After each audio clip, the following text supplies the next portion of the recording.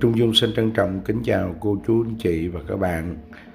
Trung Dung đang đứng ở quê hương ấp 4, xã Mỹ An, quê hương Thủ Thừa, Long An cũ. Sáng hôm nay thì Trung Dung được gia đình gọi đến để phục vụ đám tang, đưa tiễn một người chú hưởng thọ 69 tuổi. Và hết sức là bất ngờ khi mình bước chân vào ngôi nhà rất là tuyệt. Ở đây là ngôi nhà từ đường, tức là ngôi nhà thờ của một gia đình, của một người chú hưởng thọ 69 tuổi. Chú tên là Khu Công Đáng.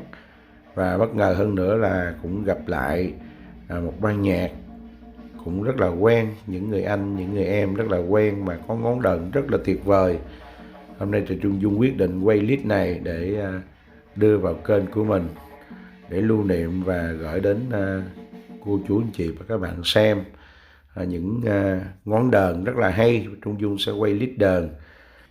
Xin trân trọng giới thiệu đây là ban nhạc của anh Chính Chùa, anh Văn Chính, tên thường gọi là Chính Chùa. Trên màn ảnh đó là anh Minh Tèo, người ngồi áo sọc, đó là em Hoàng Dư, còn người ngồi trên màn ảnh đó là anh Chính Chùa. Và Trung Dung cũng xin giao lưu với anh vài lớp trống để lưu niệm.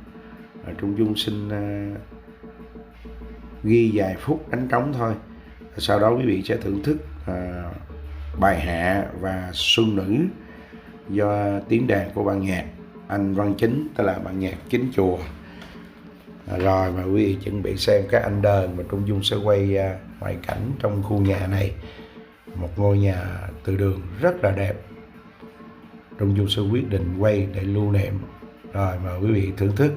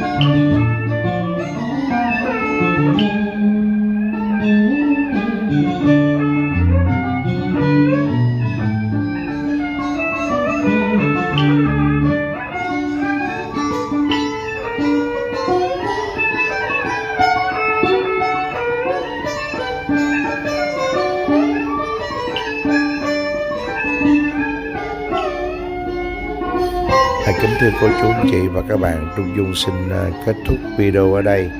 Xin cúi đầu chia buồn cùng gia đình Tăng Quyến. Xin cảm ơn cô chú anh chị và các bạn đã xem và luôn ủng hộ kênh của Trung Dung. Chúc anh em ban nhạc của anh Văn Chính luôn có nhiều sức khỏe để đi phục vụ bà con, để mang tiếng nhạc để làm ấm áp gia đình Tăng Lễ, và các anh góp phần bảo tồn nghệ thuật nhạc dân tộc cổ truyền không lai căng. Và Trung Dung xin mượn lớp trống này để xin cúi đầu chia buồn cùng gia đình Tăng Lễ và chuẩn bị diễn hát tiễn đưa. Trung Dung xin kết thúc video ở đây. Xin trân trọng kính chào và cảm ơn cô chú anh chị và các bạn khán giả của kênh Trung Dung Long An. Xin cảm ơn rất nhiều ạ.